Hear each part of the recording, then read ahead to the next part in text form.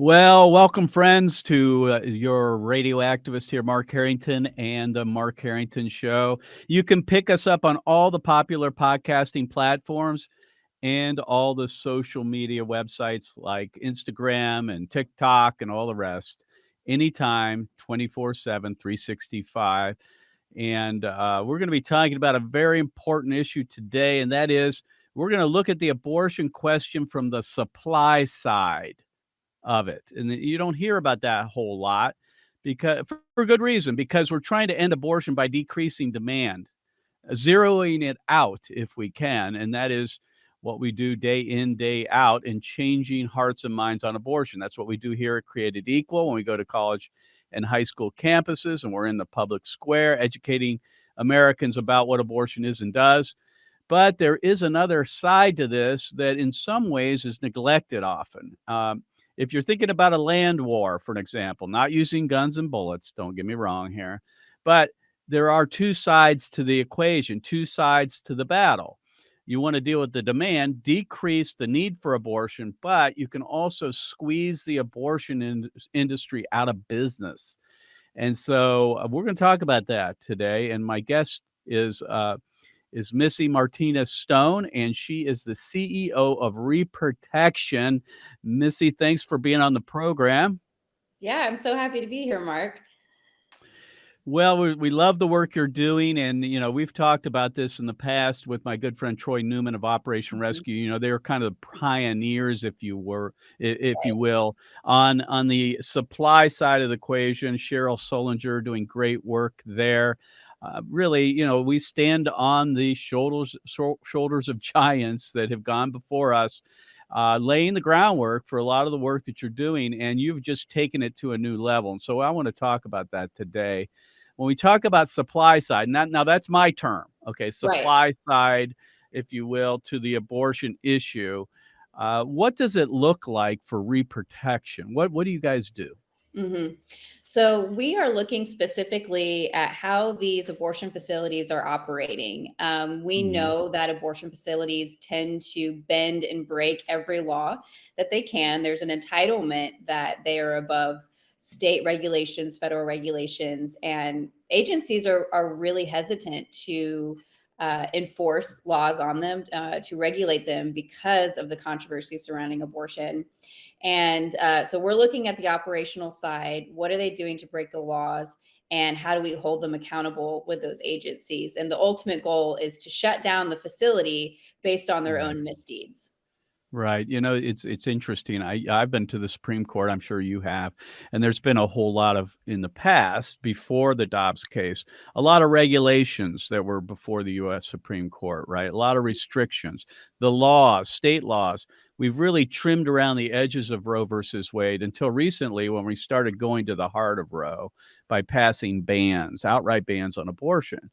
And one of the criticisms you'd hear is, well, you people don't want to end abortion. You just want to regulate it. How do you respond to that? hmm Well, we know that the abortion industry, they're not just breaking abortion regulations; they're breaking basic medical regulations. And so these are Mhm. people that should just not be practicing medicine. Period. And Right. our strategy really. They are self-selecting out. If they're not going to run their facilities in a way that is safe, where they're sanitizing their equipment, where they are treating their patients ethically, where they are monitoring vitals, then they shouldn't be practicing. Period.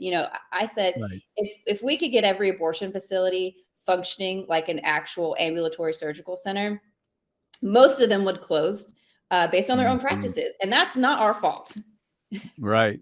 Exactly. I mean, we've passed a lot of laws regulating abortion clinics here in Ohio, and it follows that if you're going to kill babies, right? If you're going to kill babies, which is against the moral law of God and should be against the law as far as the civil government, you're probably not going to be following the other rules and regulations and laws in a state like Ohio or any Right. other. So these are people that are lawbreakers, and it makes sense that they would break the law, and we should do what we can to enforce those. So let's talk about that. how do you get, say, a state like Ohio, which, is more or less a red state, kind of a purple state more. Mhm. How do you get states like Ohio, the government that is, to actually enforce these laws? We've had a whole lot of problem with that, and I'm sure that's a problem around the country. What do you Yeah. guys do to get them to actually enforce it? Yeah. So we start with getting really clear evidence from firsthand encounters. So we're talking to the women themselves, or the pregnancy centers, or the sidewalk advocates Mhm. that experienced these violations firsthand. And we document it in a way that it leaves no questions. I know sometimes in the past, pro-lifers have in good with good intention filed complaints, but they didn't have standing. It's a Right. really big issue, is making sure we're getting information that would hold up under scrutiny, and that these agencies can't ignore. And so we start with getting really good documentation, and then it's And you get really. those from whom? Who provides you that information? So we have an official partnership with Sidewalk Advocates for Life, the national group. Okay. So any of the sidewalk advocates that are out in front of the abortion facilities that are serving the abortion-minded patients and their families, if they see something, they're told to call us. And so we're getting really good information from those contacts, as well as pregnancy centers. We partner with Heartbeat International as well. Again, Mhm. we're the reporting organization for all of their affiliates as well. And we train them on how to collect information in a way that doesn't put the client in any kind of situation where she feels pressured, or, we're not publicizing it. But we've created a safe place for them to bring that information. So you have sidewalk advocates all across the country who are Mhm. out in front of these abortion facilities. They are your best, eyes and ears on the ground. And it's that old saying, see something, say something, right? It's just Absolutely. basically like the Absolutely. government, and Yeah. just report to you, and Hmm. then you take it from there. I Yeah. imagine you're getting all kinds of reports from all around the country. How So do many. you, and I don't want to get into the weeds here, but Yeah. how do you determine which one of these to follow up on, and which ones you can actually use to shut down an abortion center? Right. So we take each violation kind of through a process of screening. So we have to determine first, did a violation even occur? So we go to the Mhm. state code, and sometimes, unfortunately, the way these laws are passed, these abortion facilities are exploiting loopholes. They'll Mhm. get off on the smallest technicality. And so we have to go to the rules and determine, did a violation actually occur? And then we're looking at who is responsible. So, and what's the protocol for filing complaints? But then we're really looking at, do we have a strong community on the ground that is willing to see this through? Because these are long processes. I mean, some of these take Right. upwards of 2 years. Do we have a Mhm. strong commitment from the community to be involved with us, to partner with us and see this through? And then also, what does whatever agency that's responsible, what are their chances of investigation, of responsiveness? And so we really have to look at these cases individually and say, what violation occurred, who's responsible, what's the protocol, do we have a commitment from the community? And if all those things align, then we can really delve in and shut the facility down. My guest today is Missy Martinez-Stone, and she is the CEO of Reprotection. And you can find out more by going to reprotection.org.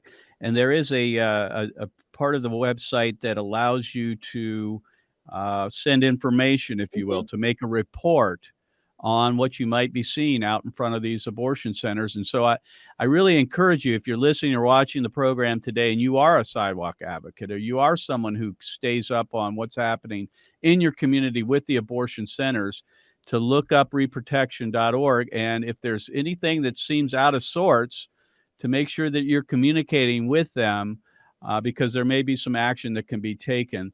Missy, I want to go to the question of, when it comes to supply side, if there's still demand for abortion, we know that men and women are going to seek it out. And obviously, we need to work to decrease that. And we're working Mhm. hard, as Mhm. many people are. You know, I've had the accusation when we did some of this with our Project Weak Link, which was the exposure of medical waste companies, say, well, it's just whack-a-mole. You're whacking them here and they're coming up over here. And I'd always tell them, well, you know, that may shut down some abortion centers. And when that does, Right. babies are saved. Yeah. Babies are saved, right? And so Right. how do you respond to that if you hear that criticism? If you do, how would you Yeah, respond? I mean, this is where we really focus on. This is a community effort. It's not enough to just close down the facility. And we said that as soon as the Dobbs decision came out, and everyone was like, are Mhm. you still gonna have a job?" But I'm in Kentucky. Oh, in fact, I Abortion- think your job is secure with the Dobbs decision because That's what. now you have these abortion havens and these sanctuaries, right? Well, So, even yeah, in let's states where abortion is illegal, like in uh Kentucky, I mean, we had to explain to people, just because abortion is essentially illegal here, how do we know that that's being enforced? Who is in right. charge of that enforcement? How do we know the Mhm. abortion facility, again, is not exploiting the loopholes? But also, women are now traveling to Southern Illinois, to Ohio, Right. and they're going to come back into our community with really horrific experiences. And so, no matter where the abortions are occurring, the people in the community have to be diligent to meet women that have these really traumatic abortion experiences. I mean, it really, like, everybody's got to be playing their part here. Like, it's not enough that we shut down the facility, and say in Pensacola. That's great. And my prayer is that, because it's not as easily accessible, that will be enough of a deterrent that some women will choose life. But some of them will travel, and so we need to make sure where they're going is also being investigated, that they're being referred back to pregnancy centers in Pensacola. And we're dealing with this on both sides. You know, there used to be an old bumper sticker, I haven't seen it recently, it says, "Visualize abortionists on trial." And I was like, well, that's where they belong. I mean, Yeah. whether we get them for killing babies, which, you know, we are now starting to see laws passed that are going Mhm. to criminalize abortion and send abortionists to jail, Right. but we've also seen abortionists like Kermit Garsnell go to jail Yeah. because of what he did, so Finally. Yeah. there are other ways to get to the final, to get to that conclusion of actually bringing justice to the Mhm. ones that perpetrate abortion, and that's what you're Yeah. trying to do, in Yeah, part, right? and the people, I try to explain to people, even pro-choice people, um, can get behind the fact that a lot of these physicians that we are investigating, and I know that you have seen, there's a reason they're in the abortion industry. They probably couldn't work Mhm. anywhere else. Most of Right. the time, they have a history of medical negligence. They've had multiple medical malpractice lawsuits. We've had cases where, the abortion facility owner has had their license revoked because of drug trafficking. I mean, the people that are drawn to this industry are not on the up and up, and should not Mhm. be practicing medicine anywhere. And so, you would think Mhm. that that would make it easier. But these agencies are just so reluctant to step in. Even, we have another case, where the abortionist was convicted of Medicaid fraud. I mean, these are not physicians, Right. that are practicing ethically, period. Well, you know, my good friend Mark Crutcher, who Mm, unfortunately passed away yeah. in the last week or so, used to say that abortionists are the bottom feeders of the medical Yes. community. It's true, Yeah. and that's who they are, and so we should be able to catch them in their misdeeds. Yeah. Let's finish up with this question. In a post-Roe America, Mhm. okay, where Roe versus Wade is no longer the law of the land as far as it goes with the Supreme Court, Sure. how do you see this working out? I mean, we have this patchwork now of Yeah. abortion haven states or sanctuaries and abortion free states. Mhm. You've had some successes in Yeah. closing abortion centers. Share a story of one of those successes. Yeah, so we've shut down 2 abortion facilities in Florida. We stopped 2 facilities from opening in upstate New York, and another state. We've had some places fined, but even in post-Roe America, I mean, we're having more laws being passed, and then you've got these abortion sanctuary states. I mean, enforcement is still a problem everywhere. And so, Yeah. in states where it's that are abortion havens, they're going to be breaking, again, general medical practitioner laws. We've got Mhm. issues of human trafficking, of not reporting abuse on a minor. So we're seeing those in states, where abortion is protected, and we can still take those to the appropriate agencies. And so really, we've just developed strategies for every state. What is their current situation, and how can we strategically shut down those facilities depending on where their state has now landed in a post-Roe America. What I really appreciate about your organization is I understand the meticulous work that you do. Yeah, you do. I mean, because Yeah. I've seen it done with others in the past, and I just can't imagine the amount of detail and patience it Yes. takes to prosecute. I say prosecute, meaning to see through the process of actually bringing these laws to be enforced and bringing Yes. these people to justice. So, Unless it's you've not. done it, you truly don't understand how much time this takes, and which is why we try to explain to people it's so crucial that there's an organization like Reprotection that is solely dedicated to doing this. It takes full-time people to go through each violation, figure out what the violation was, who's responsible, and then follow up. I mean, this is a full-time job. It is, but you do have your sidewalk advocates. If you would, leave us with some parting words. Speak to the audience, those who are listening, who are activists, who are out on the streets, who see things going on at the abortion centers, and they think, well, Yeah. that doesn't seem right. What can they do? Yeah, you can always report on our website, reprotection.org, or you can send an email to info@reprotection.org. And our director of investigations goes through every single email or violation that comes through, and then we'll be in touch. But really, anything that feels off, anything when you're talking to a woman, anything that she says where you go, that doesn't sound right, give us that information, and we can determine what's going on. And if you're at a pregnancy center, we do have a class on the Heartbeat Academy platform that actually teaches you how to document these violations while adhering to HIPAA, and not distracting from your main mission of serving those women. But you can take the class on Heartbeat Academy, and that would be a really good resource too. My guest has been Missy Martinez-Stone, and she is the CEO of Reprotection, and you can go to reprotection.org. And I encourage you, if you are an activist or you're someone out front of the abortion center or you run a pregnancy resource center in your town, to keep them in mind. If you see something that's out of sorts with the local abortion center, report it to them, and they'll work with you to bring this to enforce the laws that are already on the books. Missy, we appreciate all the hard work you're doing, and we look forward to working with you in Ohio as well. Yeah, God bless we you. got a lot to do in Ohio. A lot to happen here, right? Amen. Thanks for being on the program. Yeah, thanks so much, Mark. So, friends, I want to give you a quick update on the constitutional amendment that looks like it might be heading towards the November ballot here in Ohio. And friends, if you listen to my program, you follow me on social media, what have you, just because it's about Ohio, don't tune out, because it's for all the marbles here. If the pro-abortion people get this on the ballot and they were to pass this, that would enshrine abortion in the Ohio Constitution, all bets are off for the rest of the country. They'll be taking this to every state in the union before long if we don't beat them here, if we don't defeat them here. And so I've been, sounding the alarm for people to keep their eyes on Ohio. We're going to need your help to defeat this measure. So I want to give you a quick update. The campaign has been launched to defeat this, because the ballot language was approved by the Ohio Ballot Board. And so this week or last week, the coalition, that is the coalition which includes Created Equal and lots of other organizations, have launched their campaign and their website.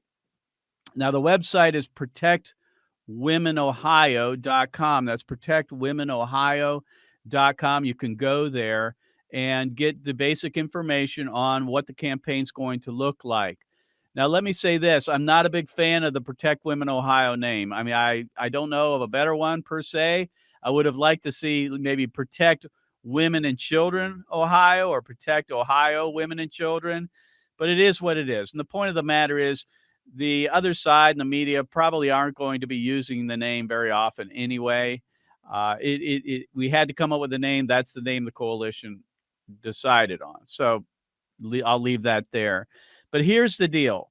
Here's the problem with the ballot initiative. And folks, these are the talking points that you can have if you're talking to people about the abortion amendment in Ohio. First of all, it expands abortion until birth. So late term abortions will now be illegal in Ohio. Right now, we have a law in the books that prevents abortions after 20 weeks. This would blow that away. In fact, every single pro life law regulating, restricting, and even banning abortion with the Ohio heartbeat bill at the detection of a heartbeat would be gone. History. So it wipes out all of those, I say common sense, or all those laws that were passed by the legislature, by a duly elected legislature and signed by our governor. Those would be wiped out. We would have taxpayer-funded abortion in Ohio.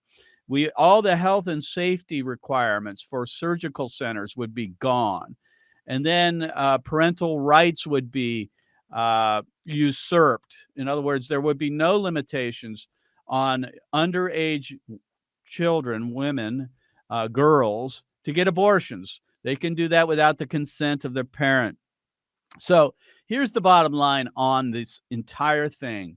And that is, if the abortion people get the needed signatures, which is a little over 400,000 valid signatures by July 1st, this will go on the November ballot. So it's game on in Ohio, friends. We need your support now. We don't have the time, and this is hard for me to say because I'm an activist. I want to change hearts and minds on abortion. But we do not have enough time, that is 6 months, to move the needle on the abortion issue alone. Now, we're going to move that needle. I mean, Created Equal is committed to debating and winning the debate on abortion using the assets, the resources, the projects, our money, our talent, everything to change the debate on abortion, to win that debate in the public square. We, like no others, are positioned in the state of Ohio to do that, and we're going to continue to do that on college campuses, high schools, overpasses, public squares, whatever it takes.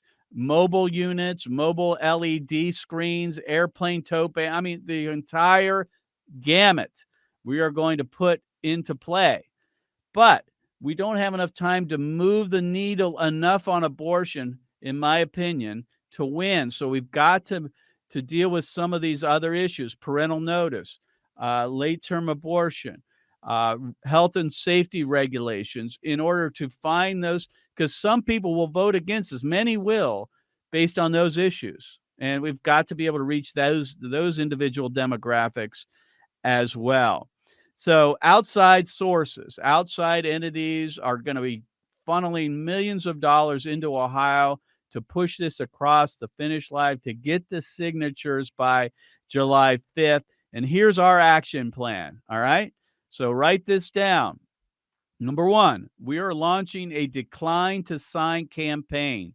That is, when we find out that there are canvassers, door-to-door individuals who are doing deployments in a particular area or in front of a Home Depot or anything like that, or in the town square, we want to respond to that with our rapid response team to come against that and try to persuade people not to sign the petition or to get the signatures to get this on the ballot. That's number one.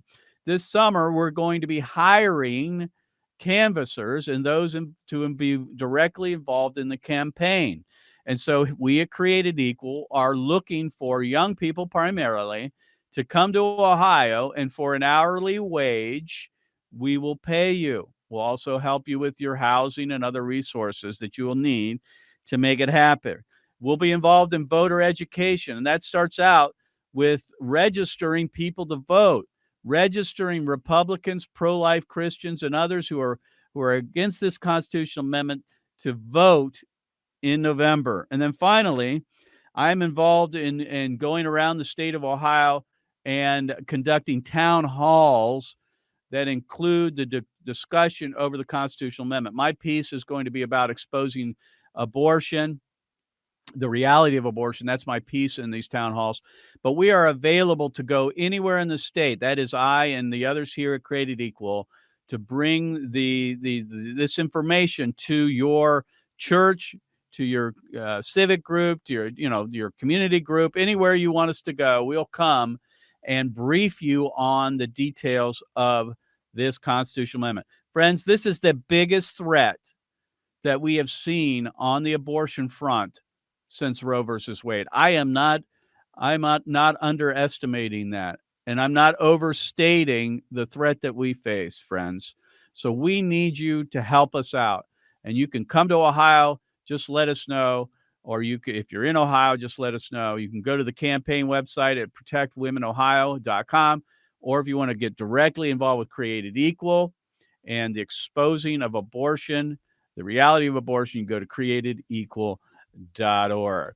So you've been listening to your radio activist here on the Mark Harrington Show, and we'll see you next time. God bless you. God bless America. And remember, America, to bless God. You've been listening to Mark Harrington, your radio activist. For more information on how to make a difference for the cause of life, liberty, and justice, go to createdequal.org. To follow Mark, go to markharringtonshow.com. Be sure to tune in next time for your marching orders in the culture war.